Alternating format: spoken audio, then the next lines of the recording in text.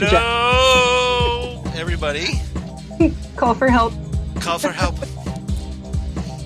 Yes, exactly. Welcome back to Ghostwood, the Twin Peaks podcast, everybody. I'm Charles Skaggs. I'm Zan Sprouse. You know, yep, exactly. Now that you know who we are, we want to know who you are. So, yeah, go on and tell us when you get a chance. But we're here, episode 7, ready to talk Twin Peaks The Return, parts 3 and 4.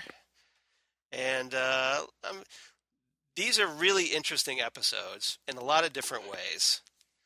Yes, they are. So I'm curious to see where this discussion goes because, they're complete. Episodes 3 and 4, I think, are so different from episodes 1 and 2. They are. They have more of the Lynchian Lodge kind of thing with the scenes where you just have to stop analyzing and watch and let it come to you in its time. Yeah. So totally agree. So we're going to talk about 3 and 4. Same as always, written by Mark Frost, David Lynch, directed by David Lynch. And so my first topic, let's just dive right in. My first topic I want to talk about is You'd Better Hurry. My Mother's Coming. Yes. And so this is basically Cooper in space or limbo or wherever I like to think it's a limbo, personally. Do you think that if you were falling through space, would you go faster and faster, or would you eventually slow down? Faster and faster. And the angels wouldn't save you. Exactly. That's what this reminded me of, was the falling through space and is someone going to save you or not? That's a quote that would be a great reset for that sequence. Yeah. Especially since, who does Cooper find? Exactly, yeah. So, Cooper sees a certain someone by the name of Major Garland Briggs. He sees Major Garland Briggs' face float through space. Yeah, it's just his head, just kind of floating sideways and a little bit stretched out. It's kind of elongated, and it reminds me of that guy from Power Rangers. Oh yeah, I know the one you're talking about. I forget what his name was, but he's the guy he's the guy being played by Bryan Cranston in the new version. Yes, the face in the tube that doesn't it start with start with a Z or something? I don't remember. I can't remember. I completely forget. So that's all right. That's my let's just give a shout out. Let's hope Jason David Frank is safe. Yeah. By the way, so I don't know if anybody heard, but somebody tried to kill him. No, I didn't. I didn't hear that. Yeah. Somebody brought. Who would want to kill Jason David Frank? Well, it was a convention that had a no weapons policy, but the guy read it and said that he figured it only applied to the people there, and it didn't apply to him because he is the Punisher. Oh dear. So, yeah. People. Okay. Anyway, moving on. But yeah, I thought he looked like that. Really, his elongated face reminded me of the old Power Rangers show. I'm surprised that hasn't hit the wires yet. Oh, it was over the weekend. I think it was last weekend that this happened. Okay, maybe it's just because there's so much other craziness going on in the world. Probably. That this craziness seems pretty normal by comparison. Right. So, all right. So, but yeah, Cooper, I want to kind of break up. There's a lot of Cooper in this episode. There is a lot of Cooper in this episode to the point where in the credits of this two-parter, the first credit you see is starring Kyle MacLachlan. Exactly. So he's very heavily featured. Yeah. So I kind of wanted to break up the Cooper segments into the Cooper in space and then like when he becomes Dougie and stuff. Okay. Or back on Earth as he returns. Right. So here we kind of pick up with Cooper. He's still free falling from episode 2. He lands on this world with a purple landscape overlooking an ocean, and it looks very dark and foreboding and remote. Right. I don't know where he is. I've never seen this before. Yeah, yeah. It's the way like I said, the way I took it was that it was some form of limbo between the Black Lodge and Earth as we know it. Some a waiting room for the waiting room. Exactly. Or like like some kind of transitional realm. Right, or whatever he has to pass through to get back to where he needs to go. Right. And it's interesting that he is falling through space because do you remember when Major Briggs? Hmm. Sorry, I sounded like Chris Farley there for a second. Do you remember in Twin Peaks? That was awesome. In a van down by the river. Oh, the river. When Major Briggs is working on that top secret project with the radio satellites. Yes. And in the middle of the code, it just says Cooper. So Major Briggs is in space with Cooper. So what does that mean? Excellent question. Excellent question. And we have to know that time travel might also be in play. If you remember Major Briggs in that nice old pilot's uniform. Yes. Almost like a World War I pilot's uniform. Yeah, that's right. That was after he disappeared. He returned in that uniform. We don't know what he was up to. Be nice if we ever got an explanation, but I don't expect it. Maybe in 25 years we'll get another book. Yeah, exactly. When it comes back again. Yes. Yeah. So and everybody's much older. So Cooper encounters this really freaky woman with eyes that are either like fused over or melted over. Everything. She doesn't have any orifices. Well, she has her mouth and her ears, I think. She does, but barely. She barely has. Yeah. She barely. It's not like she's really talking or nostrils, anything. Like that, so yeah, but yeah, and she's making these weird like grunts and screeches. It's almost like she's afraid of where she is, and she's trying to help him get out of the realm that she's in. Right. Like she knows she's stuck there, and yeah, it's almost like there's this pounding that happens on like a door outside. Yes, we never actually get to see what's causing that pounding, but it's very persistent, and it's this whole scene just feels like total nightmare fuel. It does, and there's numbers on the door that aren't 430, right? But it's like they go back between 3 and 15, which is of course Cooper's room. Yeah. Number at the Great Northern. Yes. Yeah, they were very similar to that. They weren't exactly 315. It was like a 3 and a 15. Right, they weren't ever together. They just alternated. Yes. And then I think it was like the later on well, I guess I'm kind of jumping ahead, but there was like when we meet the other woman, the what they call the American girl in the credits. But raised on promises. Yeah, exactly. Her watch. That's a nice reference. So yeah, her watch said something like 8:53. Yeah, there's a lot of numbers. But we don't know. Yeah, but we don't know why. I don't know what purpose that has. Unless it's coordinates. Well, the American Girl was actually a little familiar if you watch the original Twin Peaks series, because that's Phoebe Augustine. Ronette Pulaski. Ronette Pulaski, exactly. So what is she doing there? Poor thing. Yeah, she's not as Ronette. She's not as Ronette, but what got left of Ronette in this area? Because or is it Ronette, or is it just have anything to do with Ronette? We don't know. I don't know. That's the thing. It could just be a secondary role. It's like back in the 70s and 80s when you'd watch a sitcom and the same character actor would be like 3 different dudes in like the entire series. Exactly. I just kind of got to wonder, like, if it was like Lynch wanted to bring her back, like she wanted to do it, but they didn't have anything for Ronette. They didn't want to bring the character back, so they're like, oh, you can do this.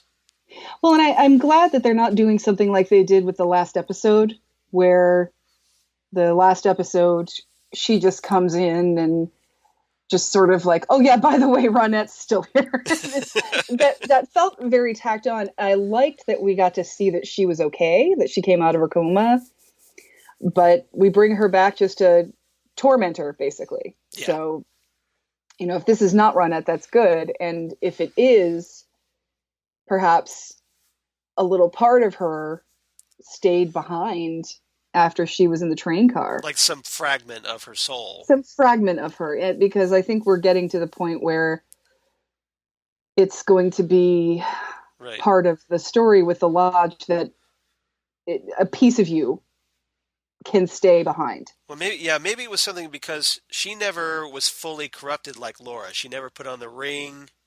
No. She was just there. So maybe it's just, so maybe it's like just a little like tangential connection. She did get a letter though eventually. Oh yeah, you're right. She did. So she did get, marked. Making the air quotes for marked. Yeah. So who knows? That could be that she Bob tagged her. You're right. Bob tagged her. She slipped back in a little bit. I don't know. And like you said, is she the American girl or is she something Ronette? Right. So yeah, just doppelganger Ronette. But so yeah, that was just yet one more unanswered question on top of 50 million other unanswered questions. But so before all that though, the no-eyed woman, I don't know what to call her. She had a name, but I can't remember what it was in the credits. Yeah, she's very Yeah. disturbing looking. It was some Asian name, and I can't remember what it was. But so she directs Cooper to go to. There's another door with a ladder that goes up, and so they go up, and it turns out that this whole room is apparently a compartment in space. So yes, which is very disturbing. It was almost like a Faraday cage, I thought. Yeah, and it had a very dark city of lost children feel to it. That something is manufactured in space to sort of enclose people in a fish tank, right? Kind of thing. Almost like just this. They put them in this environment, but they need like space to operate in. Right, or it can't operate within a single atmosphere. It has to be in a null atmosphere. Right. So. But I was because of all the connections to electricity in this series and with the Black Lodge. Right, and I was thinking Faraday cage. That definitely makes sense, especially since we already have the glass box in New York. Right, that makes more sense. And maybe that's also a Faraday cage. Right, and to jump ahead just a second, when Cooper does come out of his space oddity adventure, right, he comes through an electrical outlet. Now I'm picturing David Bowie. You said space oddity. That's all I had to think about. Are you watching American Gods? Yes, I am. All right. Yeah, Gillian Anderson as David Bowie. Holy crap, was that awesome? The best Bowie ever. That was so awesome. But yeah, he comes through the electrical socket. He comes through the electrical outlet. So yeah, that was electricity. Yeah, exactly. So obviously electricity is in play again. And yeah, he basically gets hoovered through this outlet. As some sort of black smoke. He transports as black smoke. Right. But his shoes don't go along with him. That cracks me up. That was so funny. Like, all of a sudden the shoes drop and they just pop right and then the American girl's just kind of looking like, oh, okay, I guess the shoes are going to stay here.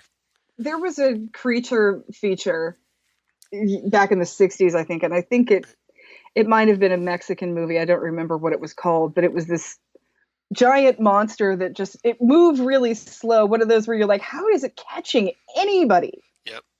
And it would swallow girls, but it would stop at their shoes. It was so funny, and that reminded me exactly of that monster. I cannot remember what that monster was called, but it would swallow up women, but it would just stop right at the shoes, and their shoes would like fall off. So yeah, that cracked me up. Yeah. Like, oh, sorry, can't do imitation leather. Apparently, I don't know.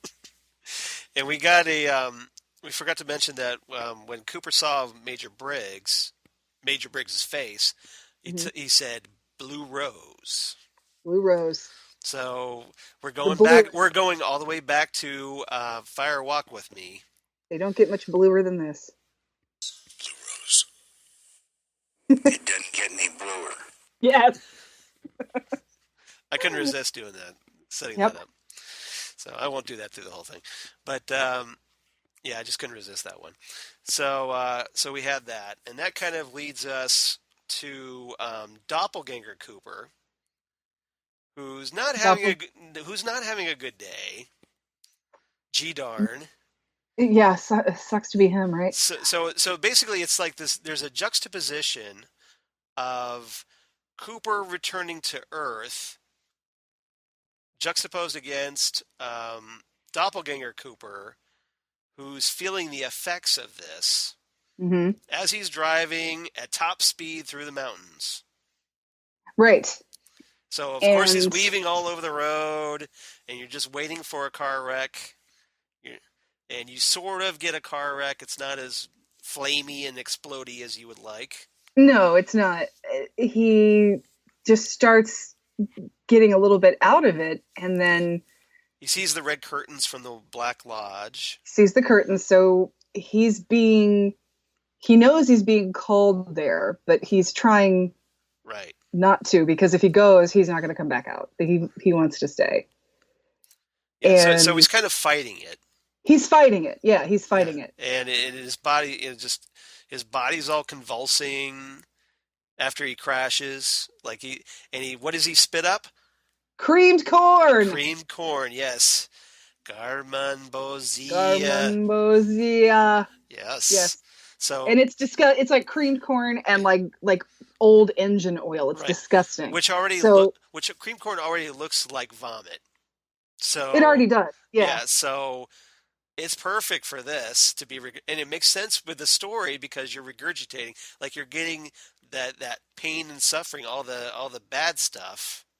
Right, and then there's this black stuff, which is it the same? Yeah.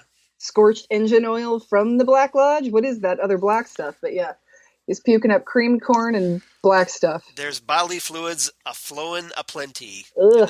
Yeah, it's not. It's gross. I had to warn Lori because she gets really nauseous whenever she sees somebody throwing up on TV. Yeah. And I was just like, just look away. Just look away. Just don't watch this part. Trust me on this. I've already watched this. I'm just warning you now. So yeah. Right. So yeah, and the the doppelganger, he's sitting there. He ends up crashing along a hillside after he spews up all that Garmonbozia. The cops show up. They find him, and apparently it smells so bad. They can't. They can barely even go to it. They're like, yeah, bring in some gas masks or something. Right. It's so foul. So again, was it that scorched engine oil that they smelled? So something, but can you imagine some horrible, evil entity puking up creamed corn and engine oil? That's got to be foul. Yeah, the nastiest of the nasty. Ugh. Yeah. Gross. Yeah. So who's hungry? Yeah, just saying. But not me. So I guess that's kind of where we're left for a while with Doppelganger Cooper. Although we pick up with him later, so I don't know if we want to get into that later or if we want to talk about it now. We can stick to Doppelganger. Let's stick with Doppelganger Cooper number 1. Okay. Well, yeah. Okay. Well, see, what I was gonna get heading into Dougie. Right. So Dougie. Yeah. So my topic for that was, you mean Jade has to give you 2 rides? Dougie, who is, I am assuming Dougie's a realtor because of his yellow jacket. Right. And the fact that they're in an empty house. Yeah. Well, yeah, if you notice, like that whole thing has like almost like the creamed corn color motif going, Yeah, it does. because it's almost like yeah, it's almost like a greenish yellow jacket. Right. It reminded me of a 20th century. Yeah. Oh yeah, yeah. Oh yeah, that realtor. Yeah, that 20th century Yeah, I know the one you're talking um, about. realty jacket. Yes, that The yellow blazer. that yeah, those yellow blazers. Yeah. So, and like I said, because the house was empty, Right. Yeah, because it would seem like it was a new housing development, maybe. yeah, it was a new development, an empty house, and he's there with a hooker. Yeah. And And this isn't all in South Dakota, by the way. yeah, we're back in South Dakota. Right. Um, so that's why I was assuming that about Dougie. I could be just It's a good guess. reading into it, but No, that's what I assumed it about. makes sense with the So, connection. Yeah, because so everything, yeah, the everything looks pretty new. Like maybe yeah, he was either one of the first people to move into the development, or he's a realtor, like he's in the model house or something, and trying to.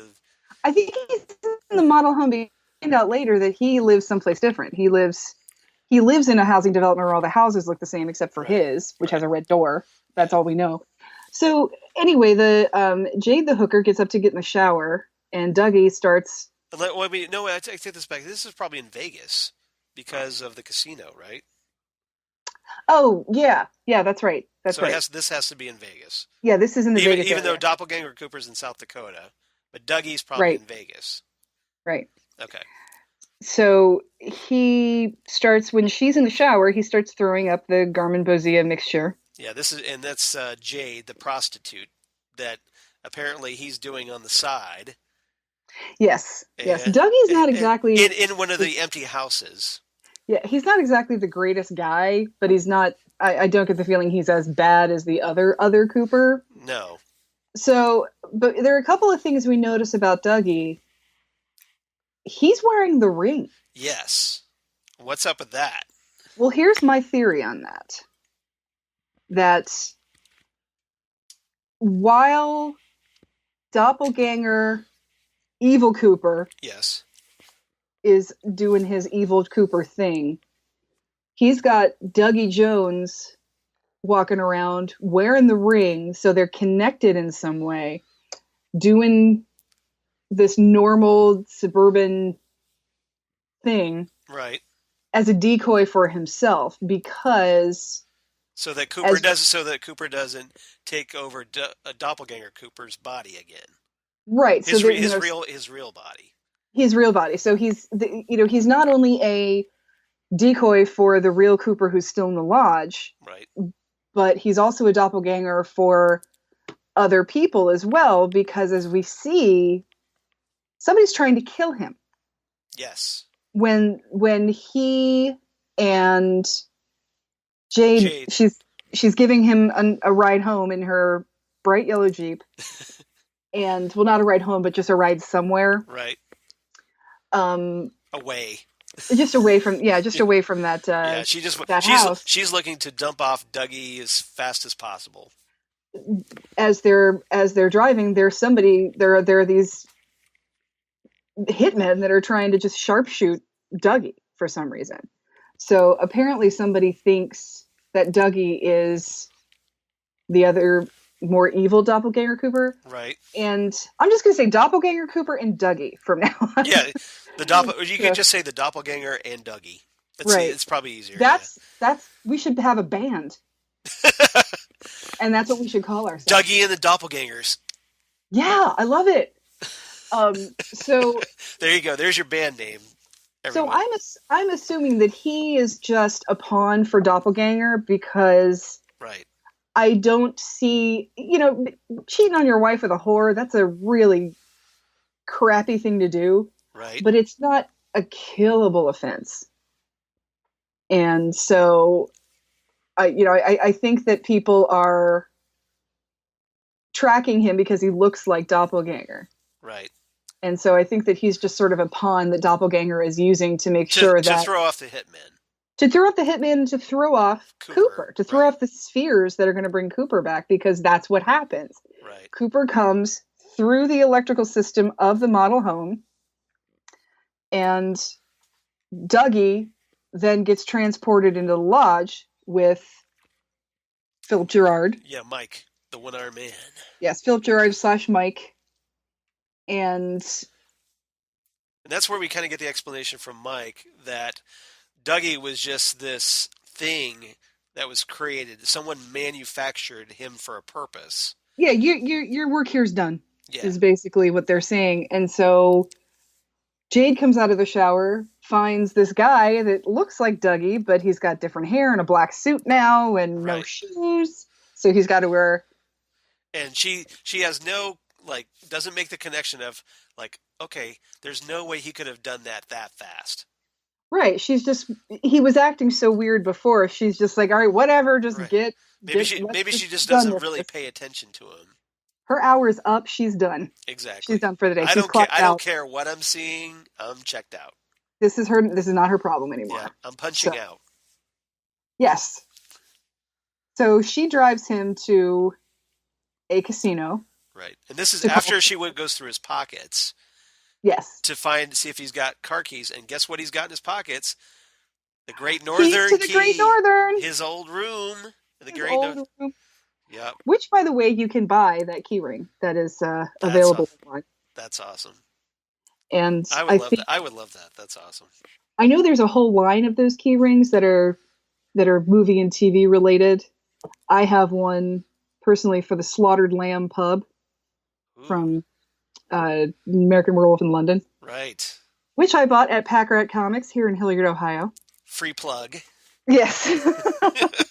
Hi, Jamie and Teresa. So yeah, you can buy those. So if you want to search for that online, I'm sure it's around. But so yeah, he's got a key to his Great Northern room. Very cool.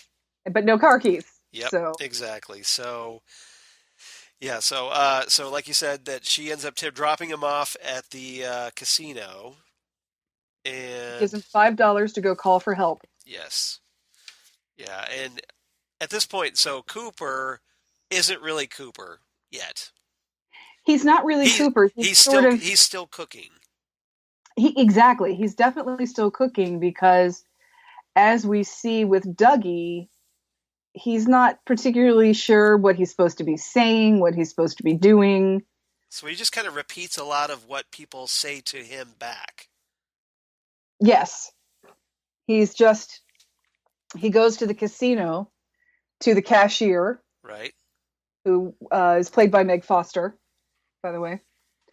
And he just says, call for help.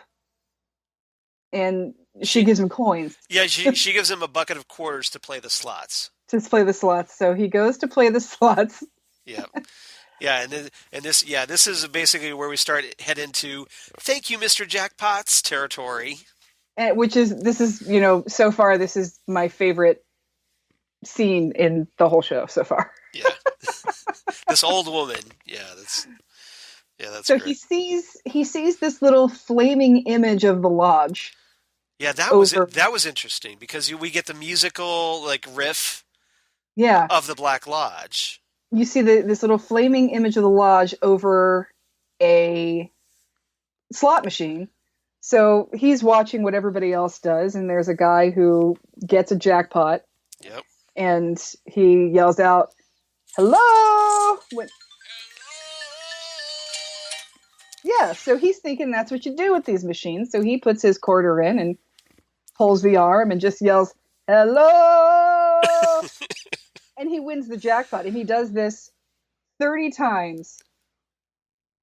Which obviously freaks the casino people out. And there's a little old lady who looks homeless, like she's been in that casino for 30 days without showering. Pretty much. Yeah, she's just like, those old women that if you've ever been to a casino, this old retired lady, but yeah, this one looks like, yeah, she lives in the casino. She never goes home. She's like casino quarter hoarder lady, but also real hoarder and cat lady mixed together. Exactly. She's the cat lady from The Simpsons. She very much looks like that. Yeah, the crazy cat lady from The Simpsons. So she starts realizing that he knows which machine, so she's like, "Mr. Jackpox, which is the one, Mr. Jackpox?" Well, first she flips him off because right. she was mad that he won a jackpot. And he she won a didn't. jackpot, but then walked away without picking up his quarters. And Right. she's like She was thinking, I'm going to go get those, and then sees the camera, and then she right. flips off the camera, and she's all pissed off That about was it. so funny. I love that. And then, so then he's pointing out to her which ones are the ones to do. And then, of course, she just calls him Mr. Thank you so much, Mr. Jackpots, Mr. Jackpots. And so, of course, and then, of course, the casino people are there like, how many jackpots has he won? And it's like 30 jackpots for a total of like $128,000 or something ridiculous like that. Right. And I get the feeling that this is some sort of crooked casino, because the manager sort of rubs his neck and he's like, "Oh, I'm dead." Like maybe. Well, isn't the pit boss it's played by an actor named David Dasmalchian, and he was the guy in episode 1 where we saw in Vegas that had like when they were talking about the billionaire. Wasn't that the same guy? Oh, I'll have to rewatch that. I did not catch that. I think it's the same guy that when they were talking about the billionaire that was Okay. overseeing the glass box study. But see, then you would think they would recognize Dougie, though. Yeah, I don't know. So I don't know. I think it's the same Yet guy. another excuse to rewatch the new Twin Peaks. Gee darn. Like I needed one. Exactly. Ow, twist my arm. Ow, ow. Yeah. So I think there's something crooked going on at this casino. A crooked casino. Imagine that. No. Because this guy really acts like, this guy is really acting like he is gonna die. Like someone is gonna kill him for letting all these jackpots get won. Right. So, he then runs into an old acquaintance of his, played by Ethan Suplee. Okay. Who tells him where he lives. He's like, "Oh, you know where you live. It's here, and it's the red door. That's how I always find your house." Right. So that's how he knows how to get home, and they send him home in a limo, and he just keeps saying, Mr. Jackpots, call for help. He's only really repeating things that he's hearing. He can't come up with anything coherent yet. One of the great cameos I loved during the casino scene was, I think it was after Cooper wins his first jackpot, and Eugene from The Walking Dead, Josh McDermott. Oh my gosh, I didn't even catch that. Yeah, that was Josh McDermott. That's awesome. Yeah. I did not even catch that. Yeah, so I just thought that was great. I had to mention that.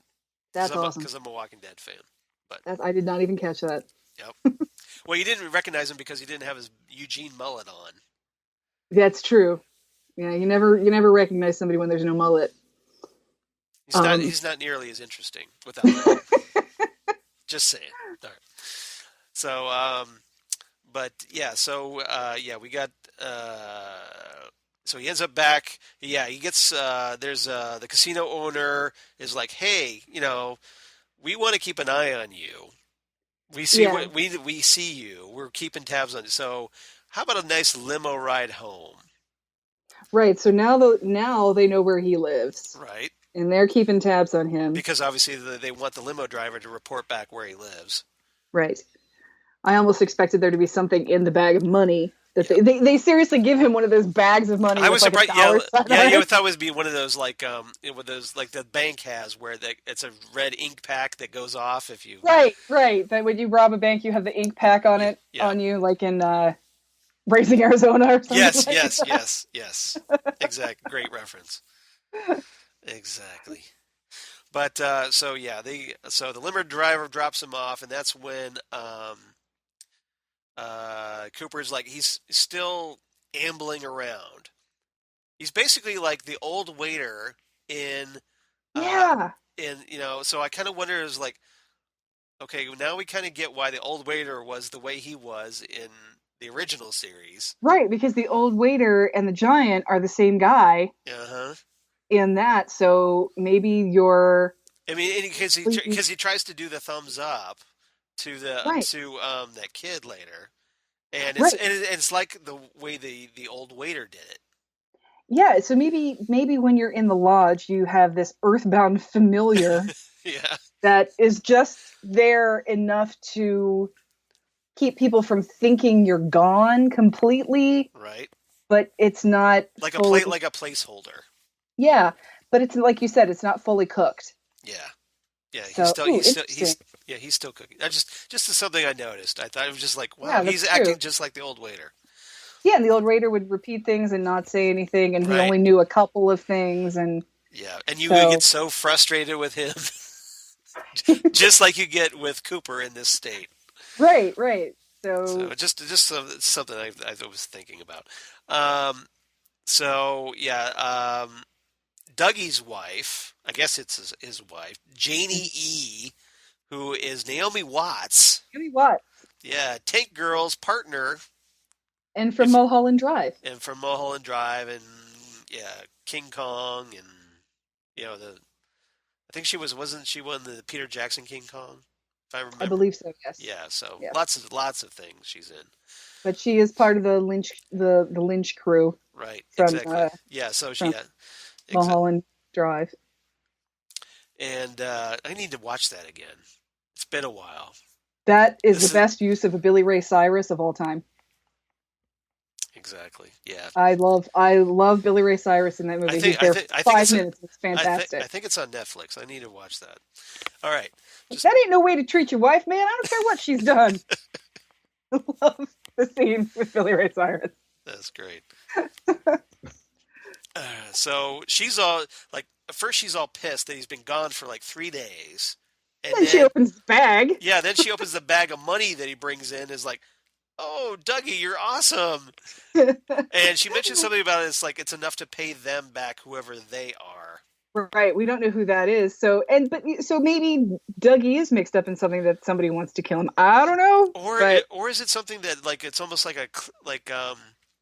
Cooper's there maybe to resolve whatever like lingering issues that Dougie had? is he Dr. Sam Beckett for Dougie? Maybe. Oh, Oh I don't boy. know. Oh boy.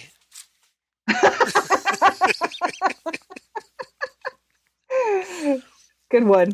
Thank you. So we find that Dougie has been gone for like a week. He's missed his son's birthday party. Right. He hasn't called. Nobody knows where he is. Nobody's seen him. So now he comes home with a haircut and a black suit and a bag full of like over $100,000. Right.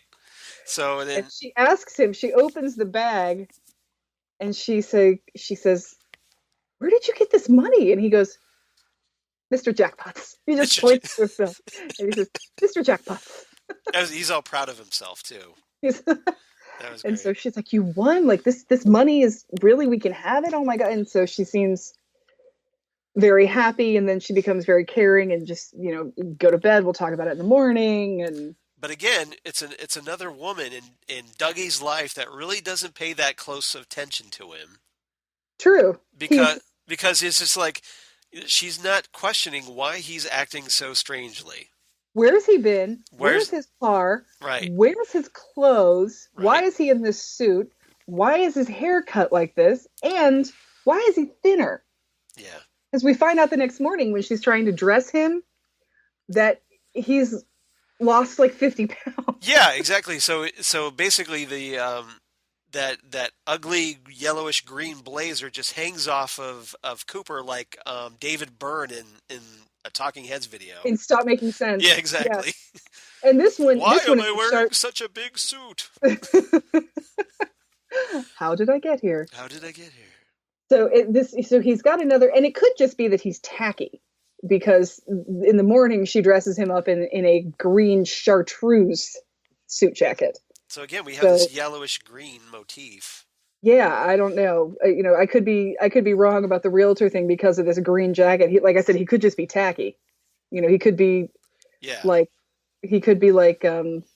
just really bad Herb taste, Pollick or something like that right? from WKRP in Cincinnati. For all of you older kids out there Yeah. that remember. Ask your grandparents. Yeah. For those of you that remember the second best sitcom that ever took place in Ohio. Yeah, Number one, of course, being Family Ties. just watch the Thanksgiving episode at least. That's all you need. That's all you ever need. Yep. And you have to watch it every Thanksgiving, otherwise it's not Thanksgiving. I have to watch that, and I have to watch It's not. It's tradition President. for you. Yeah, and I have to watch President Martin Sheen call the Butterball Hotline from The West Wing. That's one of the best things ever. See, with me, it's Starvin' Marvin from South Park. Starvin' Marvin. That is another good creamed corn Yes. bit on South Park. When Kenny's family, all they have is creamed corn. Right. Does anyone have a can opener? Yeah, and then, I think it was God like, damn it. yeah, exactly. I was just gonna say that. Kenny's dad is just like, God damn it. It's like, thank you for this bounty of creamed corn, Lord. Right. Still not sure why you decided to take our son from us, but you work in mysterious ways. No, Does anybody have a can opener? God damn it. That first season is just classic. It's gold. Children, we need to get something in here besides creamed corn, and creamed corn. Right. Otherwise, Kenny's family's going to have a real corny Thanksgiving. Because like Kenny's family is like the only poor family in the town. So yeah, it's all this Garmin Bozia on South Park.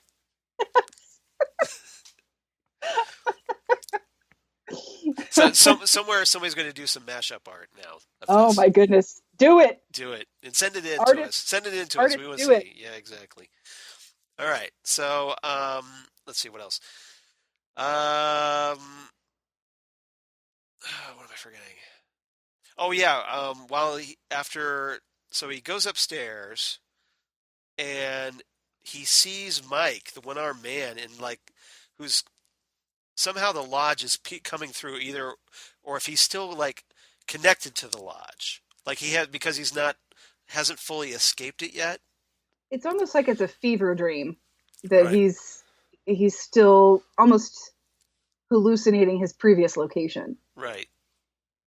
Is it because he seems like he's puzzled by it at first, but Mike is just like, "Oh, you can see me, can't you?" Right, and I think both Dougie and Doppelganger are being drawn back to the lodge because it's time. It's time for them. Right. Like I said last week, where it's there's Doppelganger who is the Skeksis. Yes. And then there's that great Dark Crystal reference. There's Dougie who's the mystic, and he's on his quest to come to the castle for the Great Conjunction. I think you're giving Dougie a lot of credit to call him a mystic. I am. I really am. Especially since, they're the wisest. But it's that kind of thing. It's that sort of, they're both being drawn to the same place. Yeah. Yes. Right. And so Mike tells Cooper that he was tricked, and which we kind of got the vibe from. I think that has to do with like something to do with the doppelganger arm. Oh yes. So that's my theory on that it's connected with that. And he holds up this golden pearl that used to be Dougie because Dougie's head pops off, and then there's black smoke, and this weird golden pearl levitates out. Yeah, it's almost like a cross between the Phantasm Ball and a game of Quidditch. Right, exactly. It's the golden snitch. It's the golden snitch. That's what I should have called it. I should have called it the golden snitch. So Mike, and Mike had taken the golden snitch. I got to use this now, and that's a great comparison. And the ring off of Dougie's hand that falls off because Dougie shrinks, and he's all, "That's weird." Yeah, he's just... Which was perfect deadpan delivery by Kyle MacLachlan, by the way. So, yeah, you sort of get the feeling that Dougie's just manufactured as a decoy, and he doesn't really have much of a personality. He's not clever. He's not interesting. He's a very basic person because there wasn't a lot of effort put into creating Dougie. There wasn't a lot of effort put into creating him, and nobody seems to notice when he's not exactly a noticeable person. Right. He's very forgettable. Right. Yes. Yeah. Ordinary. And I mean just ordinary. It's easy. He's easy to tune out. Right. So, so Mike says that one of you must die, which kind of hints that, okay, obviously it's going to be a showdown between Cooper in Dougie's body Hmm. versus Doppelganger Cooper in Cooper's actual body. So again, this is like Harry Potter or Superman 3, either Yes, one. exactly. And in order for there can there or and the Highlander, Yeah, there can be exactly. only one. There could be only one. There can be only one. And back to the Dark Crystal, they both the Skeksis and the Mystics cease to be, Right. and they become whole again in a completely different creature. So, Yeah. So God, I'm hoping like hell that Doppelganger is the one that dies. well, yeah, because we don't need another heartbreak, do we? David Not, Lynch, not, please don't do this not, to us. not after the original series cliffhanger. We don't need another heartbreak like that. I really don't need Dougie to be the one who dies. Yeah. That's gonna. You guys can. Will you guys send me postcards in the mental hospital if that happens, please? I would like to think that even if Dougie's body dies, that somehow Cooper gets back in his real body. Something. Yeah. I just hope that Cooper is what takes over. Yeah. Yeah. Exactly. So Cooper looks in the mirror and fortunately doesn't see Bob or anything else staring back at him. Yes.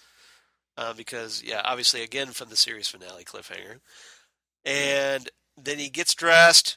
He comes downstairs. He has his tie wrapped around his head On his head like he's got a sideways. cute. And then again, you don't have Janie, like, totally does not notice this. The kid. No, she's just making breakfast. She's got shit to do. That kid, Sonny Jim Jones. Sonny Jim. Jim Jones. Don't come to California with me, Sonny Jim. Don't be, yeah, exactly. But don't be Jim Jones because that's a whole nother level of darkness. No, let's we not. don't need a Jamestown. No, Jonestown. Jonestown, No, yes, that's Jonestown. Judy. Right. That's a Judy. We're not going to talk about Judy. We're not going to talk about Judy. We're going to leave her out of this. So, but yeah, so Sonny Jim thinks this is the greatest thing since sliced bread. He thinks this is hilarious. Yeah, this is Love like, it.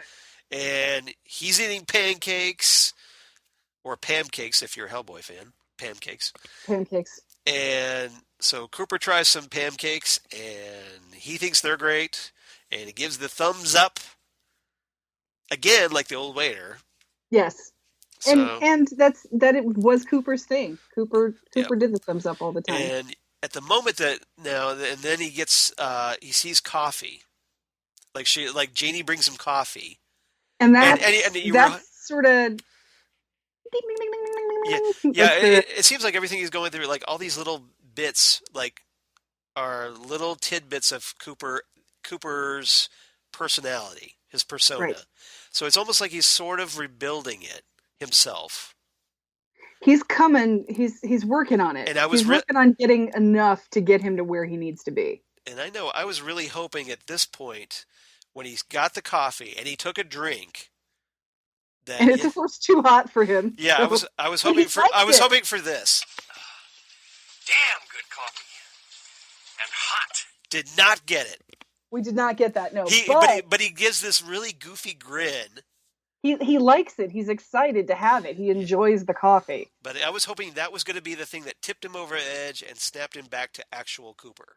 That's going to be the Requiem for a Dream moment where we close up on his eyeball and then his arteries widen and then he's Cooper again. Yeah, that would have been good. But we have, what do we have? 16 more episodes? No, we have 14 more episodes. We have 14 more episodes after this. So yeah.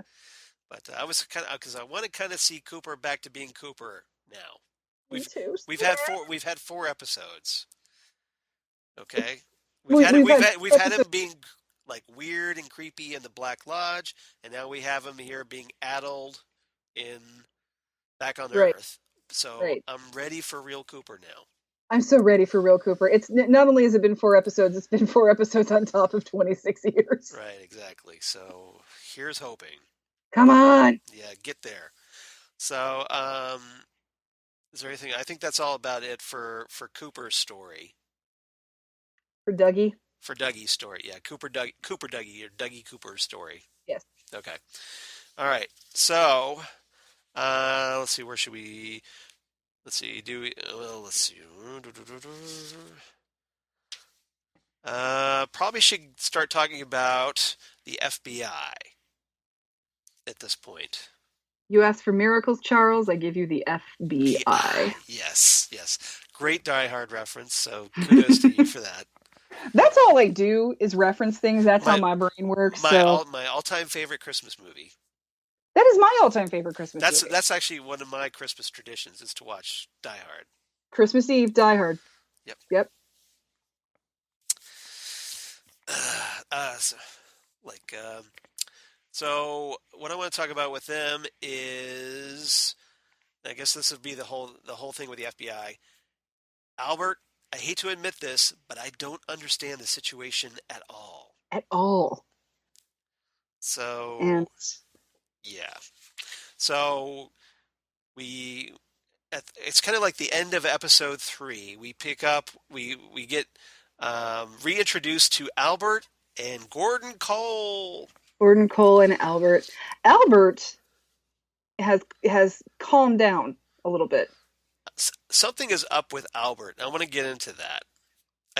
So Albert, Yeah. something is going on with Albert, and I'm He's trying to figure it. Yeah, he's very subdued, Right. and he is still sarcastic, Right. but not to the angry, volatile level that he was. Well, he has a couple of moments like that. He has a couple of Like the moments, moment, like when there's the scene where Albert and Gordon are in the back seat of the this car with Tamara Preston in the front seat, yes, who is here from the book. Exactly. So yeah, we get introduced to Tamara Preston from the book, or as Gordon likes to call Tammy.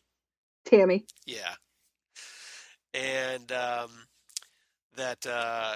so it was the scene where like Gordon is talking about, was it like he's having trouble hearing something, and Albert just shouts it back at him of what, like, I don't know if he was talking about the oh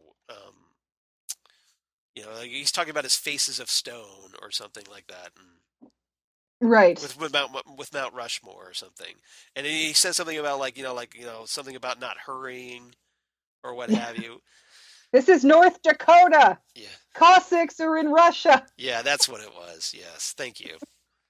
I knew I could count on your brain for that. That just cracked me up because I love Gordon Cole's misunderstandings because of the hearing aids. Yeah. But he's not. In the original series, Albert's sarcastic nature almost was confrontational. Right. Like he was trying to start something with you by giving you a hard time. Older. He's older, and he is a student of Gandhi and King. Right. So maybe he's learned to be mellow. Right. Yeah, I don't know. That could very well be, but I like that he's still bitingly sarcastic. So Tamara Preston, Tammy, is like we open with a scene with them. They're talking about some guy who's killed his wife, and they got a bunch of clues on the table. Right. And then when it's just them in the room, Tammy tells them about the glass box in New York and starts showing them photos of what Blenderman did to Sam and Tracy. And so they're trying to figure out, they talk about, that there was a mysterious figure there. And Gordon says something that it was just great. He's like, what the hell? I love how Gordon can still be shocked after all these years in his job. Well, it's just like all of a sudden Gordon Cole is us because reacting to Blenderman's photo. Yeah, what the hell? We're still trying to figure that out. And it's like, well, if even David Lynch doesn't know, we're screwed. No, none of us are going to know what this is. Yeah, we're screwed. So, and as they're talking about that, then Gordon gets a call that they found Cooper. Yes. But of course, it's not Cooper. No. We don't quite know. And we need some authorization to travel. Exactly. So you know where I'm heading next. So yeah, so they Gordon makes some arrangements to meet with him in South Dakota, the suspected Cooper. So he Suspected, goes to see none other than Denise Bryson. who is now the head of the FBI. So we get the return of David Duchovny as Denise Bryson. Yes. And yeah, apparently Denise has vaulted over Gordon somehow. She's just climbed the ladder Right. to be the head of the FBI now. Yeah. And she's not 100% sure about Tammy Pearson Right. because Well, I she's think new. do you think that maybe Denise was a little jealous? There's room for more than one beautiful lady here at the Federal Bureau of Investigation. Exactly. I think it's just the typical captain warning the officers Right. not Well, to take the green officer out too early kind of trope. see, I saw it as more like that Denise knows that Gordon has a thing because Denise makes a comment. She makes a comment that Gordon has this thing for agents that had just hit 30 years old. Right, but then that was Like he has a type. true, but Cooper was also in just turning 32. Right. So, Right. is this a under his wing thing or is this a type thing or we got 25 years worth of Yeah, we don't know. Gordon Cole that I'm not sure about. And I think if she were Yeah. um more jealous, I think she'd be more I interested. don't think she was overtly jealous. I think it was just maybe Just a just little twinge a little twinge maybe because there seemed of like there was what some. once was, perhaps. Ooh, I like that. I like that theory because there did seem to be a lot of good flirting going on. Yeah, they do flirt quite a bit, So, which was which I is thought adorable. it was pretty good. Yes, I like that. And so yeah, so basically she gets to authorize this venture. So they go out to South Dakota, and um, Gordon's all disappointed because they're nowhere near Mount Rushmore. That's a bummer. Yeah, exactly. There they are, Albert. Faces of stone. I just love that delivery. And so they go to this facility wherever Doppelganger Cooper has been being held. Apparently, the cops that brought him in also found cocaine and a machine gun Yeah, they find this ridiculous. I almost like this table full of of weapons and items that just drugs. keep getting worse and worse. Yes, handcuffs or something. I think I forget what it was. Yeah, just Yeah, not good. yeah. So apparently, but though, yeah, he's been throwing up, and so he's getting more of that Garmonbozia out. Yes, he is. And so they sit down. They stage an interrogation, and Gordon says this thing: "We are now going to speak with Special Agent Dale Cooper," announcing it to nobody really. It's probably he's recording it. Yeah, So that's true, but it's pretty funny. and Cooper he's Gordon Cole is always Yeah, funny. He's got great delivery. right. So He and Cooper is giving these really canned answers, for yeah, lack of a yeah, better exactly. So like, term. well, he starts off saying, Doppelganger Cooper says something really interesting. He says, "I'm Iriv, very happy to see you." Yeah, As what's that? as an Iriv, the reverse of very. So it's like a mirror version of very. Because Right. so So so you have like the mirror version of very next to the actual word very. right. You would say like instead of saying because I think Gordon said I'm very very happy to see you, I'm and Ira then very happy to see you I'm too, Gordon. Ira very very happy or Ira very happy to see you. Yeah, exactly. So I think that's obviously a big tip off Yeah. to Gordon and Albert that something's not right. Right. And he's, not only is he I, the opposite of Cooper, I don't know if Tammy's caught on, he's but not quite right. Um Tammy in the show doesn't seem as swift as she seemed in the book yet. Yeah, not So yet. I'm hoping she shines a little more in the upcoming episodes. The actress that was playing Tammy is somebody that I really wouldn't have expected, because maybe reading the book, I was expecting like a very sophisticated, like African American woman. I did too. Exactly. Like the name of Tamara just struck to me like it would be a great African American character name. I don't know what it was, but she seemed African American to me in my mind's eye Okay, as well. so it wasn't just me. No, it wasn't just you. I was thinking that as well. So yeah, it was just very surprising, and she is a tall drink of water. She is a tall drink of water. To use something like Gordon would say. Yes.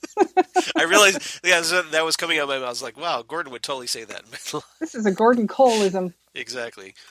And apparently, okay, so Doppelganger Cooper tells Gordon and Albert that I've been working undercover. I'm glad you found me. With Philip Jeffries. Yeah, what the hell? Yes. No, you haven't. No, exactly. I mean, he has. You are a lying liar who lies. It's, he obviously has been working with Philip Jeffries, because we heard him talk on the Spirit Box phone with Philip Jeffries in the first episode. But these guys aren't going to buy that. They watched Philip Jeffries disappear into thin air just like Cooper did. Yeah. And Gordon tells him to go back home. And Doppelganger Cooper says he's never really left. Oh, yeah, what's that? I don't know. That was weird. And add to it 50 other things in the show that is weird. And he keeps repeating himself, which again is another tip-off. Like he talks about I was veering to the left on the highway, and he repeats that twice. So again, that just is another tip-off that something's totally wrong here, which Albert and Gordon end up talking privately later. After Gordon turns his phones up. I've got these things cranked up to the max. Yep. And so they can whisper. So you actually have Albert whispering to Gordon and him back. And after Tammy walks away. Right, they're not sure what they want to share with Tammy just yet. Yeah. Which is ticking off Tammy a little bit. She's probably thinking, why the hell am I here if you don't want to tell me anything? Exactly. Like, you're just these two old guys that won't tell me what's going on. Yeah. Yeah. So she's getting a little frustrated, although Albert's happy now. He makes that comment as she's sashaying away. And she can work it. I have to give her credit. She can work that. That long, tall body of hers. Yeah, exactly. Yes. It was like a runway model. And so Albert tells Gordon that he authorized Philip to give Cooper info years ago. That he wasn't supposed to do. He wasn't supposed to do this. But apparently he needed it urgently. Yes. And he told him who their man was in Colombia, then discovered that he was killed a week later. So, did Philip presumably kill this guy? And if so, why? Right. We don't quite know. And there was a moment where Albert and Gordon stare at each other. And Gordon has this really odd look on his face, I don't know if they were almost if they were speaking telepathically to each other, or Albert was exerting some kind of influence over Gordon. I think it was just they were sort of looking at each other and realizing that they both know exactly what's going on. Well, it just seems that like Gordon ends up being put on pause for a moment. Yeah, he does kind of. So I don't know what was, and Albert has this really odd look, like he's staring intently at Gordon. Right. So I'm not sure what's up with Albert. I'm not sure either. And the interaction between the FBI, it's got to be suspicious. Has always been, yeah, kind of goofy. Right. And so I don't know if they're both just, And remember, Albert was there when David Bowie, Philip Jeffries yes. showed up. And, I don't know if this is some sort of mind meld or if it's, Yeah, something's going on there. or if it's a David Lynch version of a Yeah. Dragnet moment where they just look at each other and nod a couple of times. Or a really horrible thought, what if Albert isn't really Albert? I don't even want to think about that. I need to sleep tonight. Don't say things like that. I'm sorry. Cooper and Albert, what are you trying to do to me? To quote another sort of David Duchovny show, trust no one, the truth is out there. Trust me. So, yeah, Gordon admits that he doesn't understand the situation, and then Albert repeats the whole blue rose thing, of course, and doesn't get any bluer, and then advises that they meet a certain person who can take a look at Cooper, and Albert knows where she drinks. Still know where she lives, know where she drinks. Exactly. So, And this drove you nuts. This is killing me from the inside out. Who is he talking about? Oh my gosh. Oh, I have a friend. My friend Troy. Yeah. Wants it to be Diane. I would hope so. That would be fantastic. But yeah, he wants it to be Diane, and he thinks it'd be awesome if it was Laura Dern. And if that happens, I'm going to lose my mind. She's in the show. I know that. Right. So what the hell? Laura Dern as Diane would be fantastic. Mm-hmm. Isn't that a great theory? That's a great, because again, it's Blue Velvet. Their connection, because with Kyle MacLachlan and Laura Dern being in that movie together. And Blue Velvet was sort of the blueprint for Twin Peaks. Exactly. The prototype Twin Peaks. Yeah, the prototype for Twin Peaks. Yeah. And one other thing about this last scene with Albert and Gordon, it was shot with a blue filter. With a blue filter that's everything's blue. Exactly. So just like the other one was that yellowish green, this is like this heavy blue filter. Right. Which obviously for the blue rose. Yeah. So I just thought that was interesting. A interesting visual choice. All right, so let's see. What else do we have? It's not about the bunny. Is it about the bunny? Exactly. So we should probably catch up with the Twin Peaks Sheriff's Department. The Twin Peaks Sheriff's Department, which has gotten bigger with Chad, who's a jerk. We'll get into Chet. Is it Chet or Chad? No, it's Chad. It's Chad. You're right. Like Chad. You're right. Yeah. Every office has a Chad. Every office has a Chad. I don't like him. Yep. He sucks. Yeah, he does suck. So, and apparently, a lot of the offices gotten a lot dumber over the years because damn. Yes. Yeah. So, Andy and Lucy are confused to find how to find something that's missing, as all these files are laid out on the table. And Hawk's trying to figure out Margaret's message that it's something to do with his heritage. Right. Isn't she not even allowed in the building? Right. And Lucy just flat out. Exactly. Yeah, because apparently she left some gum. Her old tricks of leaving gum. Yeah. But Lucy says to Hawk, "Oh, you're an Indian." No kidding. Yeah, thanks. Yes. Yeah, Lucy and Andy are kind of dumber as the years have gone by. Maybe it's because of raising Wally, which we'll get into in a moment.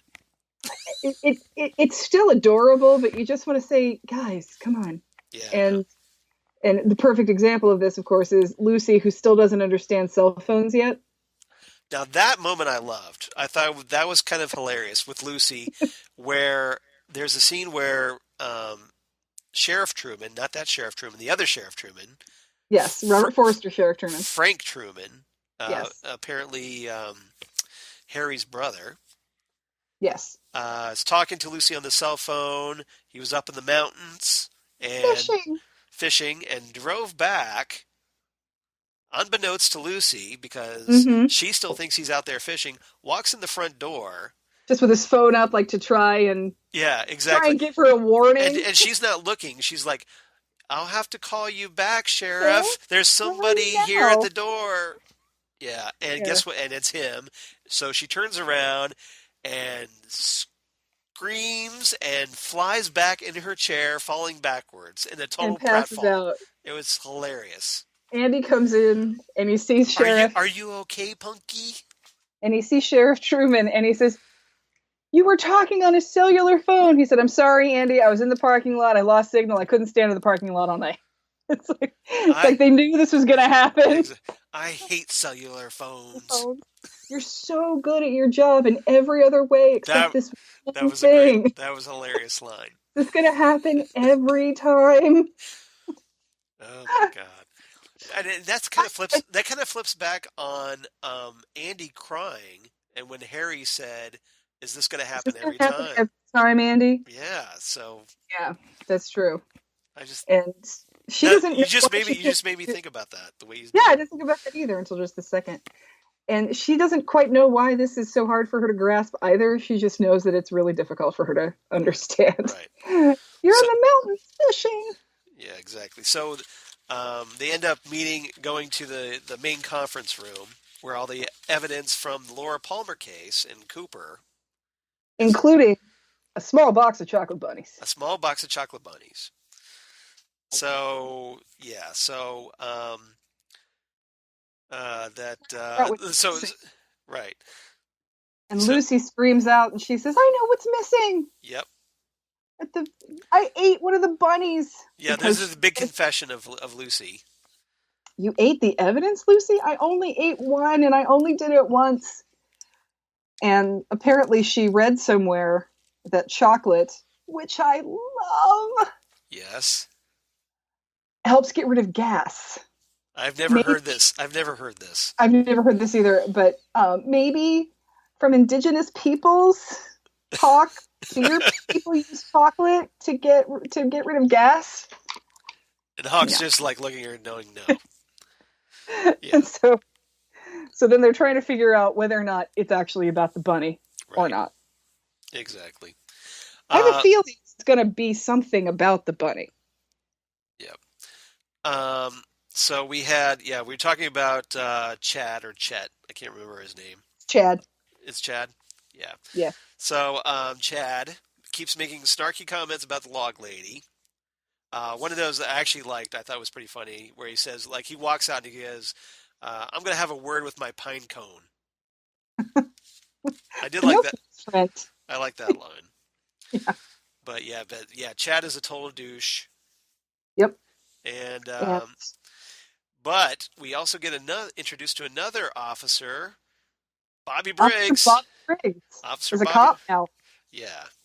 Talk about juxtaposed. So Mr. Anti-Establishment joins the establishment.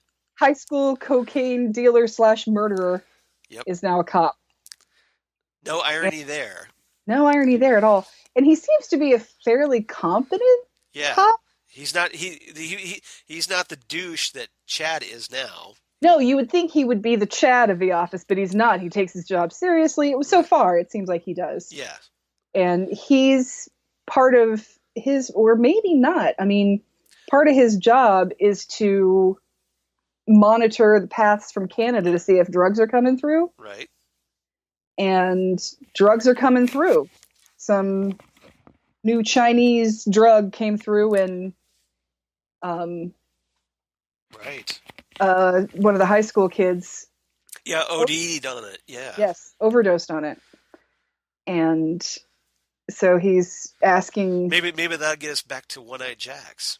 it could get us back to One Eye Jacks, or is Bobby not seeing things on his surveillance because he's still part of the drug trade? But I don't think so. I don't think so either. I think what I don't happened. think if there's no Laura to make him do that, Right. he's not gonna.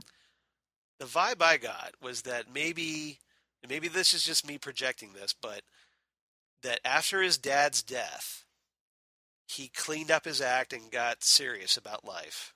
And he started doing that with Benjamin Horn. Right. He was So he was on the road, and then he was on the road to and that. then, Yeah. and then maybe his dad's death is what kind of tipped it. Like, okay, I've got I'm living my life wrong. I gotta I'm gonna join the police. I'm gonna, On the straight and narrow. I'm on the straight and narrow, kids. Yes, exactly. I'm gonna, shape up and fly right. Right. And one of the things they say is if if it's coming down from Canada, it's not through these trails, I would have seen it. Well, any known trails. And he's like, well, good point. So maybe we're going to find some new trails when we go out looking for other things in the woods, the evil in these woods. And then Bobby says the most heartbreaking thing, where he says he sees the picture of Laura's homecoming, photo, the famous photo. The famous photo, and the music starts to play. Exactly. So we get Laura Palmer's theme, which we never expected to hear again. And he said, Bobby starts to cry. Yeah. And then, of course, hearing the theme and looking at Laura and watching Bobby cry, I'm crying. You're crying at this point. Happens. Well, he says, Laura Palmer, man, that brings back some memories. Brings back some memories. Yeah. He did a good job. He really did a good job. Dana Ashbrook, he was really good at that. It was very emotional. Yeah. So again, we have another crying policeman in Twin Peaks. Right, but you're not constantly like Andy was, but right. But that's the thing. You almost you're like, oh yeah, he was. You sort of forget about Bobby being Laura's boyfriend, right. And but remember Cooper said well, you didn't love her anyway. Yeah, but still, I think he feels like maybe because of what she did to him, maybe. Well, I think he started out. Remember in the diary, it sort of started out like he was really, really in love with her, and then she hardened him. Sort of, she made me deal drugs, right? And he's obviously never really gotten over that. No, that part of his personality, and Bobby killed a guy. That's true. He shot that. Well, we think he died. He wasn't breathing when they left. You think that might be a problem with the police application? I don't think they have any idea. I think Bobby's been holding on to that, and I think that could be part of why he's so emotional when it comes to Laura. Maybe because it's bringing up the memory of the fact that he shot that guy. That's a great point. That's a great point. I hadn't considered that, but I think you're right. So yeah, a lot went on with Laura and Bobby. Yeah. They have a little history. Come on, Bobby. Come on. That smile she had when where she gets him he's all pissed off and she charms him back to smiling. Who were you with? Yeah. Come on, Bobby. Come on. Come on. Bobby. And then he just smiles and walks away. Love you, baby. And the yell could last forever. And Laura's just thinking, wrapped around my finger. Oh, yes. Yes. All right. And then, let's see, what else? Bobby says that, mentions that Cooper was the last person to see his father before he died. Which, again, is from the book. Again, from the book, he came over Secret History of and Twin talked to his dad, and then a few days before he died, and then Cooper left town a few days after that. So from what we've been able to piece together from the book is that that Cooper's visited Major Briggs. Major Briggs was suspicious, was going to tell him about all the stuff that he found out, but didn't because he was suspicious Cooper. And then all of a sudden, Major Briggs dies. Presumably, Doppelganger Cooper killed Major Briggs. That's my assumption. And so, yeah. We'll see how that plays out. That'll be interesting. Because I'm sure Bobby's not going to be too happy if he figures this out. No, he's not. Do you think Bobby maybe suspects because since Cooper was the last one to see his dad die or before he died? I think Bobby probably assumes that Cooper knows something. Right. Or that they talked about something. Right. Before his dad died. I would just think that if Cooper disappeared, that maybe he would be suspicious. Like maybe there was a reason, like why he disappeared. Right. I think it's connect the dots that way. Yeah, it's more that Bobby knows that something's up with Cooper and his dad, information-wise, but not necessarily. I don't think he's necessarily thinking at this point that Cooper killed his dad, because at this point Cooper's still a good guy. Yeah. In Twin Peaks' opinion. Right. And we had Michael Cera as Wally Brando. I hated this scene. The less said about this, the better. There were some people that thought this was hilarious, Right. It and was a love it or you hate it moment. I hated it. I think it went on. We, Nothing against Michael Cera. Um, I think it went on too long, and I think it was one of those references that hits you over the head. Like, in case you didn't notice, he's supposed to be like Marlon Brando, and exactly. because he was doing that Brando impression. A little too on point is what you're saying. Right, but you only needed the outfit to know that he was supposed to be right. But he's like Brando, especially since we heard that he has the same birthday as right, Marlon Brando. Right. So, and I think he was quoting a lot of lines from Brando movies. Yeah, and like they were kind of like reworked into like his speech pattern. Like that's right. how he talks is by drawing off all this dialogue. And I think it would have been a better visual gag, right, if it had just been the outfit and maybe a minute or two of dialogue. Right. But this scene went on very long, and again, like I was saying last week about how I feel like sex scenes put thrillers and mysteries on pause. Right. So does comic relief.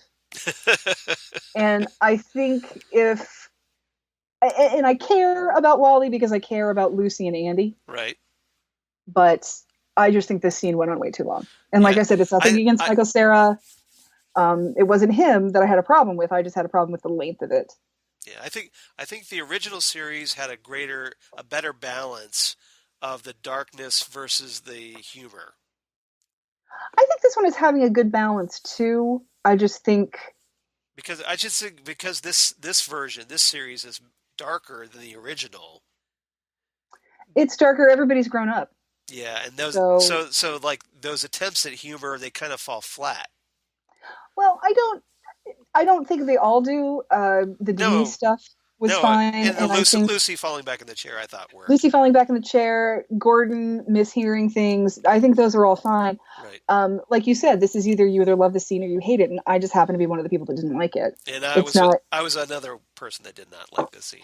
It's not necessarily a right or wrong opinion about it. I just, when we start getting towards the end of episodes, I'm like, okay, more info, please. Yeah, exactly. Yeah, exactly. It's like there's so many questions. Why are we wasting time on Wally Brando? Right. Because unless he's going to be a major part in this, because he was born around the time that Cooper disappeared, I don't know. I'm hoping that we never see him again. I just felt like it went on too long. Yeah, it just went on way too long. The only thing that maybe attempted to redeem that scene a little bit was Frank Truman walking away, rolling his eyes, going, "Oh, really?" That is like, okay, so it's yes, thank you. Somebody gets it at least. I think Harry was a little more patient with Andy and Lucy than Frank is. Well, I think he's trying to be. He is trying to be, but because he's not being a jerk about Lucy and the cell phone. No, he's not a jerk. I just think Harry was a little more patient with them. Yeah. But then again, Harry hasn't spent necessarily as much time with them. True. How long has Frank been around? Did he come on the force after Cooper left? I don't know. So who knows? Yeah. But we'll find out. Maybe we'll find out. We'll see. But so that happened. So I'm not sure what else. I think, is there anything else about 3 and 4 that you want to talk about? Golden shovels come in. Oh yes, yeah. So in the really slow subplot, those shovels that Dr. Jacoby got in episode 1, they were delivered.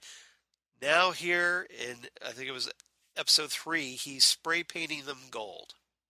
He's spray painting them gold and he has this really sort of complicated Rube Goldberg apparatus. Yeah, well, it's almost like they're hanging up like slabs of meat in a butcher shop. Yeah, and he has a mechanism to move them along, so Right, he right. does he can just stay seated Yeah. and spray paint them, and they move along back and Like forth an for him assembly to. line. Right, right. So he's he's painting Yeah. these shovels Why? We don't know. gold. That's the Maybe for thing. some kind of opening of something like a ceremonial opening. Because those are the kind of shovels like when something's about to be like built, like a hospital or whatever, and you get all the rich bigwigs in town, and they like take photo. It's a big photo op of them like digging the first bits of dirt out right before something is built. Right, right. So are they for groundbreaking or for what it is? The only other I'm thing. wondering if it's going to tie in with Ben Horn, That's a good question. like That's a good maybe question. developing in Ghostwood. Well, Did he finally? I maybe maybe he's living out there. Dr. Jacoby's living out there in that little trailer shack, Yeah, waiting to build his dream house, or because that was I sort of got the feeling that Dr. Jacoby is living on what should have been Ghostwood, right. because I still don't see we haven't seen the condos that we were expecting to see from Ghostwood. The only other thing, and this was also mentioned by somebody online, and I don't remember who it was, but um, a golden shovel is a form of poetry Oh, I wasn't aware of where that. you take an existing poem and basically you sort of pluck specific words from it and then keep them in the same order to create another poem. Huh. So Interesting. I don't know. I think that was my friend Troy that mentioned that as well. So it wasn't anything I'd ever heard of before. So is it maybe that we're picking things and creating something new from something existing? Well, that would be a good metaphor for the series, Yeah, yeah. I don't the know. new series. Yeah, I don't Okay, know. okay, yeah, yeah. We're not sure exactly where this is going, but hopefully we get something. Or it could just be Dr. Jacoby is still freaking weird, man. Yeah, I'm Could kind of just be leaning that toward the simple. latter personally, but It could just simply be that. if Yeah. he's been living in Ghostwood, we know the evil in these woods. What has happened to him living out there? Right, What exactly. how have the woods affected Him. his mind? Yeah, Yeah, exactly. yeah. So So we'll find out. Hopefully. great. All right. So anything else? Did we go over pretty much everything? Oh, We didn't talk about that. 119. Yes, yeah, the 119. 119. So yeah, they're back in the housing development with that Dougie is in. Yes. Now I'm guessing these people are in another house, empty house. That And are they? they're there to watch Dougie for the hitmen, maybe. Yeah. Is she connected to the hitman Yeah, because somehow? this really skeevy, almost like crack addict woman. Yeah. I think Uh, that's exactly what she is. yeah, so she's got like bottle of Jack with her or something, and she's just yelling 119, which of course is another mirror version of 911. 911. And unfortunately, she's got a little kid in the Right? house with her, Yeah, so it's probably yeah. a bad scene all around. And she's And mixing pills with her whiskey and yeah, it was bad. It reminded me of. Did you read Stephen King's Doctor Sleep? no, I haven't. Um, in Doctor Sleep, it's about Danny Torrance all grown up, Right. and I knew it he's was a Shining sequel. yeah, he's a drunk, just Right. like his dad.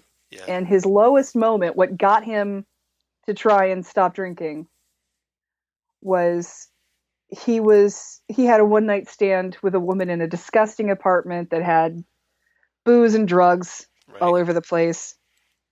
and he spent the night. He kind of woke up and he wasn't sure where he was, and he goes to the bathroom to get sick. And when he's coming out, this little toddler comes out in a diaper that hasn't been changed in about a day. Right. And he That's goes that snapped him out of it.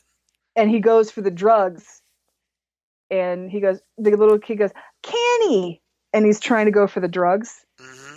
And Danny's like, oh dear God. So he picks up the kid and puts the kid in bed and puts the drugs up on something high and then just leaves. And he always felt guilty about not calling CPS or taking the kid with him or something like that. But that's what that scene reminded me of, was Dr. Sleep, how here's this drug addict and this little kid in there that has to just watch his mother deteriorate. So that's interesting. That was depressing. I'm gonna have to check that out.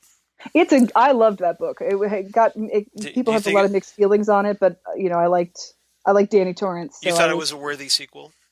I did. It was. Don't expect a sequel to The Shining. Expect to find out what happened to Danny when he got older. Got it.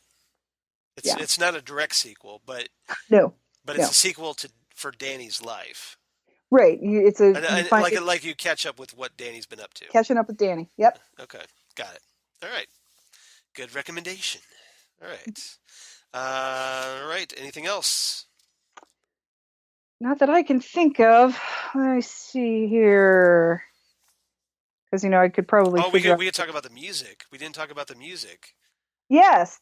Apparently a new thing is every episode is going to end in the Roadhouse. Right. With a new band. And... Which is going to make it so you get to preview what's going to be on the soundtrack. Get to preview what's going to be on the soundtrack. And I did post some links to the bands that have been on there so far. Right. All of whom have been, I think they've been great. I think the Chromatic song from the end of the episode 2 was my favorite so far. That one was great. It had that Shadow, because that had that ethereal. And it just seemed like a perfect way to cap the premiere. Right.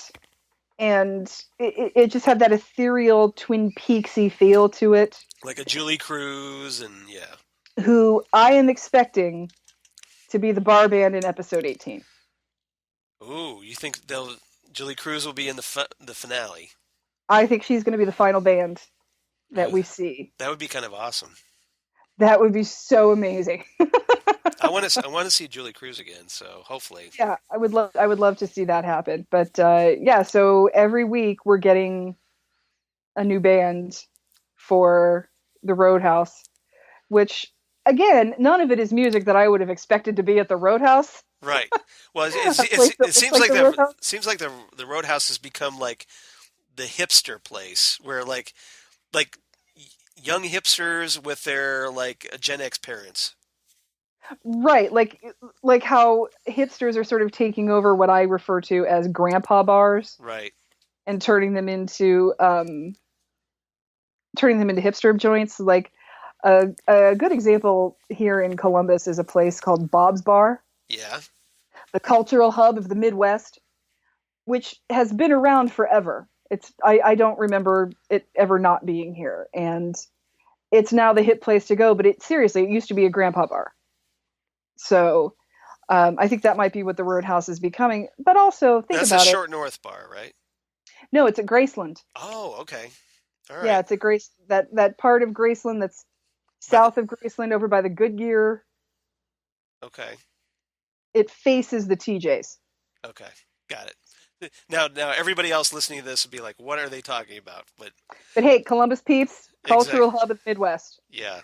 So trust us on this. So if you ever visit scenic Columbus, you'll know where to go, to the hip bar right in town. Sign.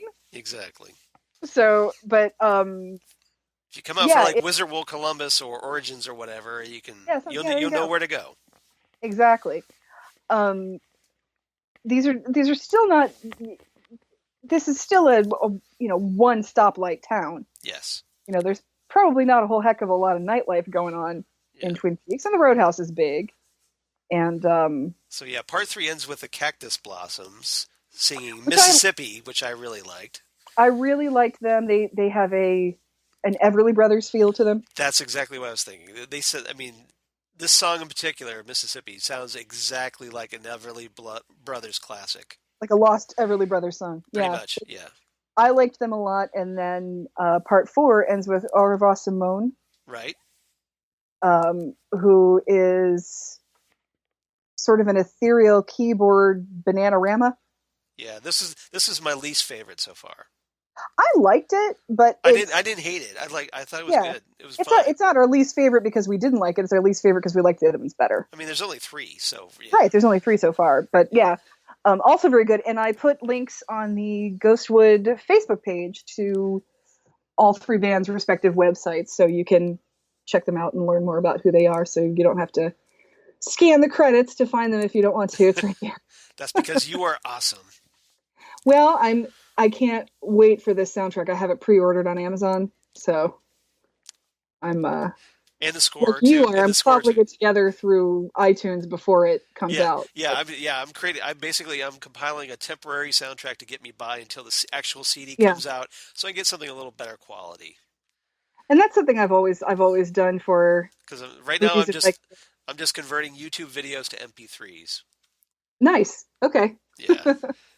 Yeah. When I was in high school and college, one of my goals was to finally find all of the music that was in Ferris Bueller's Day Off. I have the soundtrack for that. You have a bootleg soundtrack for that. No. They came out with an official one. Who did, like Soundtrack Magazine or no, I want to say Water Tower music or something. Really? No. It was La La Land Records. Okay. They came out with it because they do a lot of special order soundtracks, official ones. Okay. And they actually created an official Ferris Bueller soundtrack with not all the songs, but I'd say a good 80% of them. Nice. And then also with the score. Oh. Which is how I get little tidbits like, this.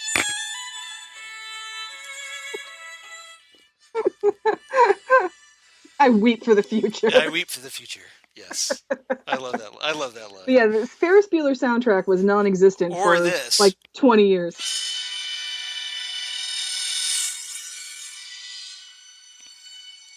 Yeah, this is the part where Cameron goes berserk. Yeah. Or one of my other favorites.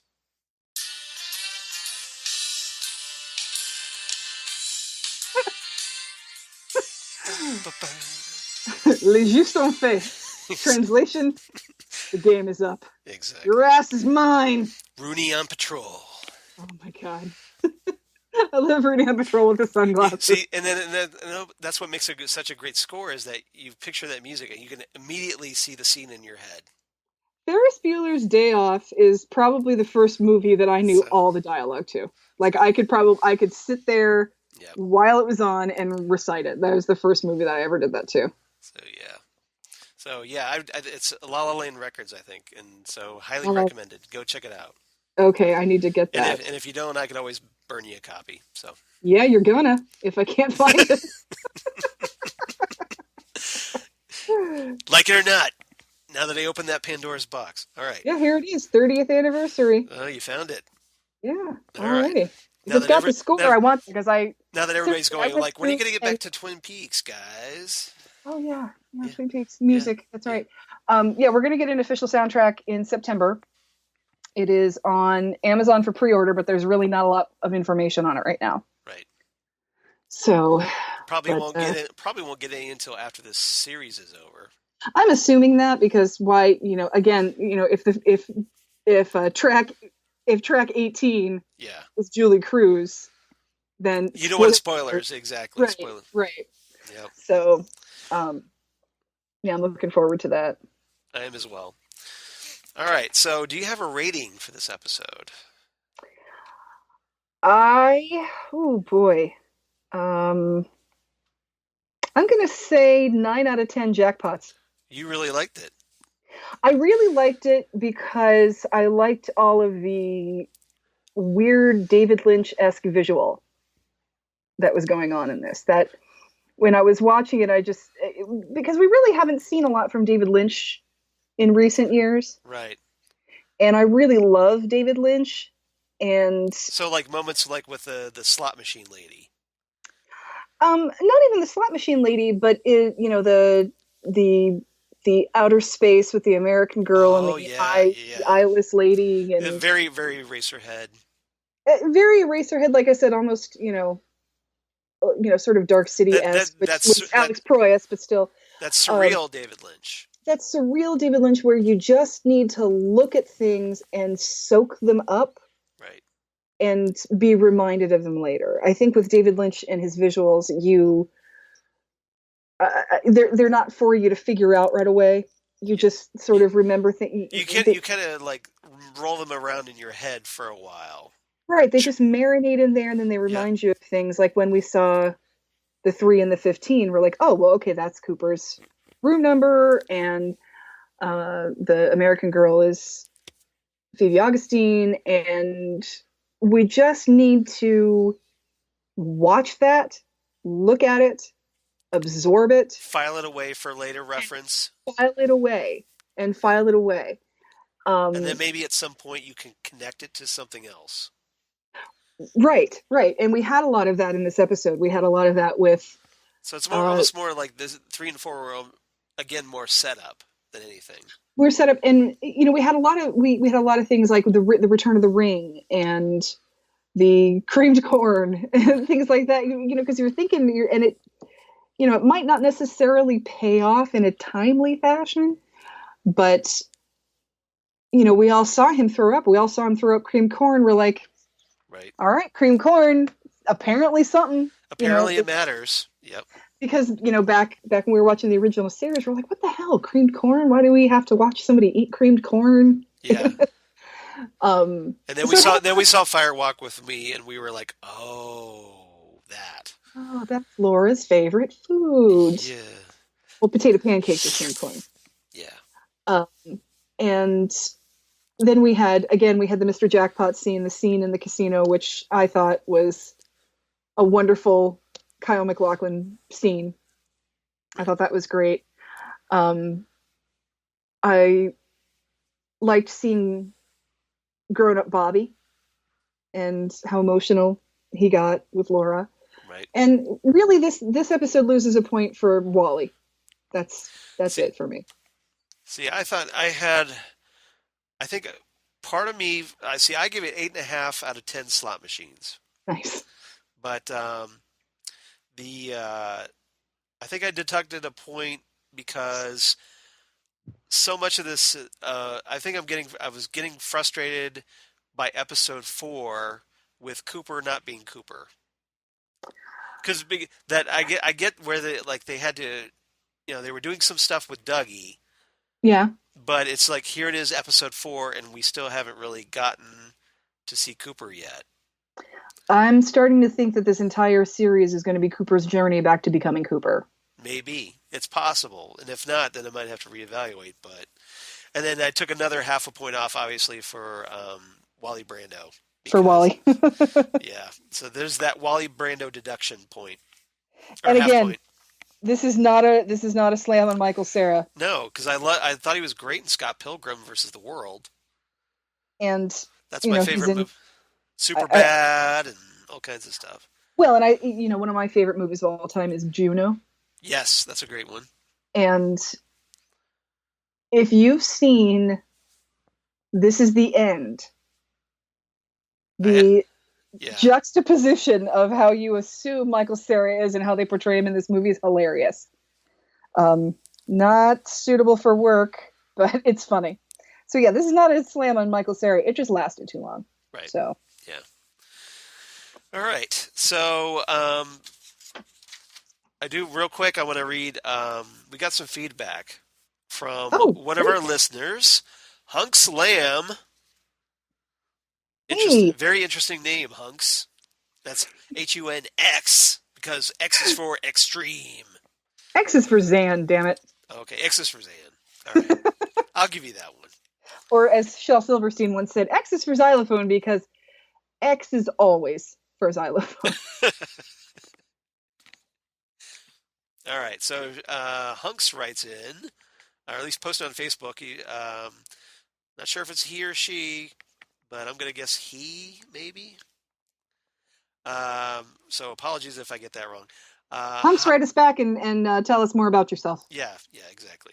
Hi, Zane and Charles. Love the podcast. Really enjoy you. Yay for Thank that. you. Thank you. We enjoy Hunks. hearing from you. Exactly. I had a theory bubbling away in my brain that the Coops are two parts of his soul.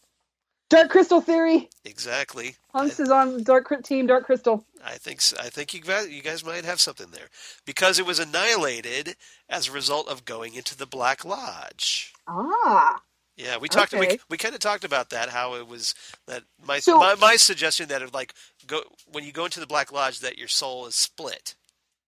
Right. So it's even more like the Dark Crystal, where you have to collect the shards of your soul for it to come back to being one or thing. like it gets fragmented. Yeah. So let's see what else. Like he panicked. I guess he's referring to Cooper, that like he panicked, fumbled, and then lost the ball or the plot, and so the doppelgangers are actually manifestations of the ripped apart soul of Coop? ? Mm-mm. Hawk's explanation of the dweller on the threshold, which of course was, I think he was referring to when Hawk was telling Cooper about how you meet that dark side of your soul. Yes. Your shadow self. Your shadow self. Yeah, so has come back to me a lot, and when trying to figure all this out, just my little crazy little theory anyway. So that's it from Hunks, and obviously you're kind of like where we're thinking at least. So glad you agree with us, Hunks. Yeah, I'm glad. It's nice to hear when people are on the same wavelength, and even when you're not on the same wavelength, we're simpatico. If you have a different theory, please write and let us know. Yeah, tell us if you want to tell us we're wrong. Tell us we're wrong, or give us a different direction to. If we're missing something, rabbit hole to go down. Yes, Twin Peaks. There are rabbit holes everywhere. Everywhere. It's not about the bunny, Charles. It's not about the bunny. Is it about the bunny? Is it about the bunny? It's not about the bunny. Yes. I like how Hawk was adamant at the end. It's not about the bunny. Not about the bunny. No, he's sure that he's sure this time. It's not about it's not it. But Hawk would know because. Well, thanks for wasting our time, Hawk, with that bunny discussion. Because if it's not about the bunnies, then what was the point of that scene? To find out that Lucy gets farty sometimes. Lucy, they have this thing called antacids. Or, they also have this thing called the store. Yeah. Where you can just buy chocolate. Or maybe a glass of milk. A glass of chocolate milk. Something. Chocolate milk, yeah, something. But yeah, even Cooper himself says that if he's ever lost, he hopes Hawk is the man to find him. Hopefully, she doesn't freak out and jump back in her chair when Andy brings her a Pepsid. Something, yeah. Something. After he's been on the phone. Yeah, exactly. All right, but thanks, Hunks, for writing in, and hopefully other people write in as well, because you can reach us at Ghostwood, the Twin Peaks podcast on Facebook. See what I did there? A little segue. I see what you did there. Yep. Or you can reach us at the Twitter machine at Ghostwoodcast, or you can email us, that old school emailing thing that your parents used to do, at ghostwoodpodcast@gmail.com. Back when we were in college, that's all we could do. Exactly. All we had was email, and we liked it. All we had was email, and we had to go down to the college computer lab to access it, and we liked it that way. We printed it off on our dot matrix printers. We had to take our Discman down with our headset to listen to music if we wanted to take a long time on the internet. Exactly. We had to dial up. All right. Now, Zan, where can they reach you? I'm on Facebook, Zan Sprouse. Yes. And I am on Twitter and Instagram and Google Plus as Udinax19. Very nice. And to spell that's Xanadu spelled backwards. Exactly. It's not that hard, people. You can figure it out. No, it's not that hard. Yeah. Or, what about you, Charles? Especially if you're from the Black Lodge, because you tend to mirror things. You tend to mirror things and speak backwards. Are you from the Black Lodge? Because, Zudinax. Now I'm suspicious. Well, I feel like I know her. Sometimes your arms bend back? Sometimes my arms are back. Nice. Very nice.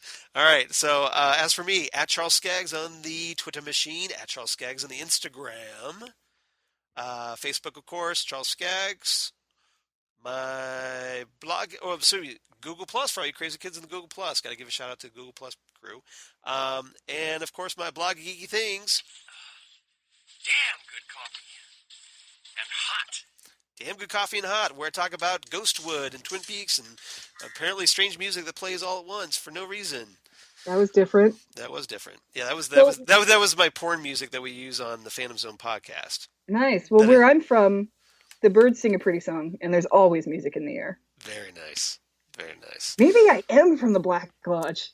You kind of identify with it, don't you? Yes. Yeah, maybe. I love the furniture, so. Yeah, it's very Art Deco. Yeah, I love it. Yeah, with that zigzag floor. All right. So yeah, next week, obviously we're going to talk about The Return Part 5. We only have one episode. Damn it. It's only 1 hour, so maybe we can get through this podcast in just under an hour as opposed to 2. Yeah, well. Because damn, we like to talk way too much. We like to talk the Twin Peaks and, anything that the Twin Peaks reminds us of. And the Ferris Bueller, maybe a little sidebar on Ferris Bueller. I'm such a soundtrack nerd, though. I mean, are you glad I told you about the Ferris Bueller soundtrack? Yeah, what I'm doing after we get off of this. I thought you would already knew about that. Otherwise, Well, I would mention it's one of those things that you just stop thinking about because you wait for it for so long and it never shows up. And it never shows up. But I should know that sometimes that happens. We got a new Twin Peaks, we got a new MST3K, and we're going to get a new Dark Crystal. I should know that sometimes you wait long enough and things you love will return to you. It is happening again. Yep. So, all right. So, yeah, please come back next week for episode 8 as we talk The Return Part 5. And we'll see you next time right here on Ghostwood Twin Peaks Podcast. Bye everybody.